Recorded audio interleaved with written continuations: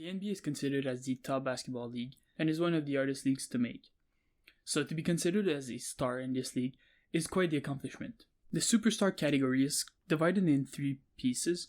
We have the older superstars, such as LeBron James, Kevin Durant, Stephen Curry, and others that have been talked about for over a decade. Then we have the superstars that are entering their prime, such as Joel Embiid, Giannis Antetokounmpo, even Nikola Jokic. And the last category of superstars are the young rising superstars. This includes players such as Jason Tatum, Luka Doncic, Ja Morant. We could even include Trae Young if we wanted to. With the attention being on those type of superstars, this leaves a list of young players that are borderline all-stars or possibly will be all-star in the near future that have been less talked about.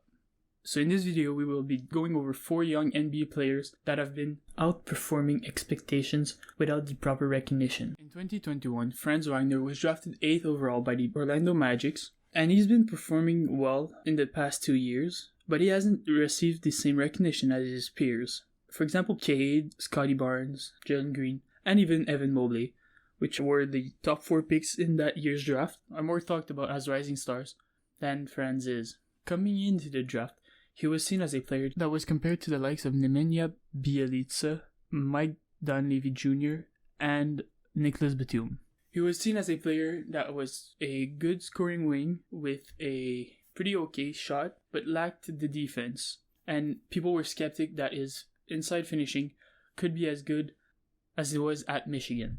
None of the guys that he was compared to were great playmakers in ball screen situations, other than maybe Nicholas Batum. And they were always considered as role players. The thing with Franz is that already in year 2, he has shown to be one of the best players on his team, other than probably Paolo, who they just drafted. And he's been doing about everything for this team, other than maybe play elite defense. This year, he's averaging 18.7 points per game, 4.2 rebound, and 4.6 assists. And he has shown to be a key contributor to the Magic's future. He has proven that he can still be a great finisher in the NBA, despite what people thought before the draft. His 3-point shooting is a work in progress, but his strokes seem very good. He's taken a small sample of threes, but he's making them on a somewhat okay percentage. I see him as a lower version of Luka Doncic, in the sense that, maybe it's because he's another European player, but he's a tall wing that can play the guard position. And he's a player that, no matter what the defense does, he always seems to play at his own pace, which is what Luka is known for. Despite having a good season in Orlando, Franz is overshadowed by the rookie sensation Paolo Banchero, as well as the surprising season of Bobo, which explains why he hasn't been talked about as much. But, in my opinion, the Magic future relies on the growth of Franz Wagner as a second star behind Paolo Banchero. The next player is probably the best one that will be discussed in today's video, but he is also the best star that isn't talked about throughout the league, simply because his teammate is one of the top superstars in today's game. This player is none other than the 30th pick in 2020, Desmond Bane. This year, so far, he's averaging over 24 points a game, close to 5 rebounds and 5 assists, while shooting over 45% from 3. When looking back at the 2020 draft, the big names are still Anthony Edwards, LaMelo Ball, and both Tyrese either Haliburton or Maxey. But despite all that, it's Desmond Bane who's leading the pack in the highest points per game for the draft, and 3-point percentage also. When he got drafted, he was compared to players in the type of Joe Harris or even Courtney Lee. So a good shooter, but not necessarily all-around player with great defense. But he has proven the scouts wrong, as his game is way more polished than only catch and shoot threes. He can finish at the rim better than expected. He's a pretty okay playmaker. He also went off earlier in the season for 8 3-pointers on 11 attempts, scoring a total of 38 points against the Brooklyn Nets. So he has shown the ability to be a number 1 scorer on the team. As stated earlier, he is overshadowed by Ja, which is completely understandable. He was an older player in the draft that year, so he might already have a complete look at what his career will look like and his skills will look like for the foreseeable future. But at a But with the way he's been playing, I wouldn't be shocked to see him grow as a second star. This is going to be a great piece in the future for the Grizzlies as a second star that is capable of carrying the load when Ja is having an off night or is injured or resting. A little bonus is Shai Gilgeous-Alexander. He has been playing very good since he got to the Thunders, but it took him until he was in MVP considerations to finally get some respect.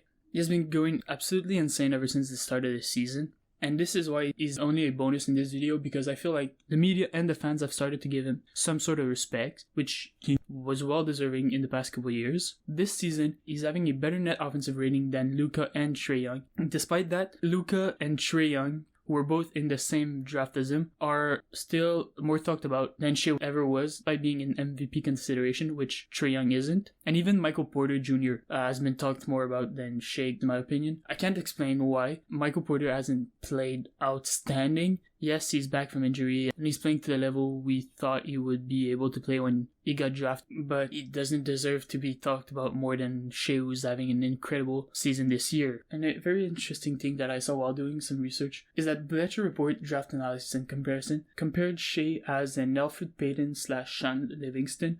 They also projected him as a low-end starter, which, as we can see right now, is far from the truth. The final one hasn't been as impressive as the others, and I don't think his future will be as bright as the others, but he has shown that he can be a key piece to any team and will probably end up being a very, very important role player for the rest of his career. And this player is Alperen Sengun from the Houston Rockets. He was the 16th pick in 2021, and he has shown a constant improvement ever since he got to the league. It is safe to say that he's an helpful player to his team. From his rookie season, his offensive rating has improved from 107 to 120, while his defensive rating has only gone from 113 to 114, which is a good net rating improvement. He's a very decent player in the post who has a developed passing skills. His jump shot isn't very efficient, as he's shooting below 26% from 3, but his stroke could be an indicator of a bright future in terms of jump shooting. He was compared to Domantas Sabonis, which makes sense because both are skilled European big men. This week against the Thunder, he dropped 21 points, 19 rebounds, and 7 assists with 3 steals and 2 blocks, showing how versatile he is as a big man. In my opinion, his role for the future will be more of a key role player. In my opinion, this player is probably the one out of the 5 that was discussed today that needs more time to develop into the player he is meant to be. But in my opinion, this player will be a very impactful role player. I hope you guys enjoyed this video. Let me know which player do you agree with in the comments down below. And don't forget to hit the like button and subscribe. And as always, have a good one.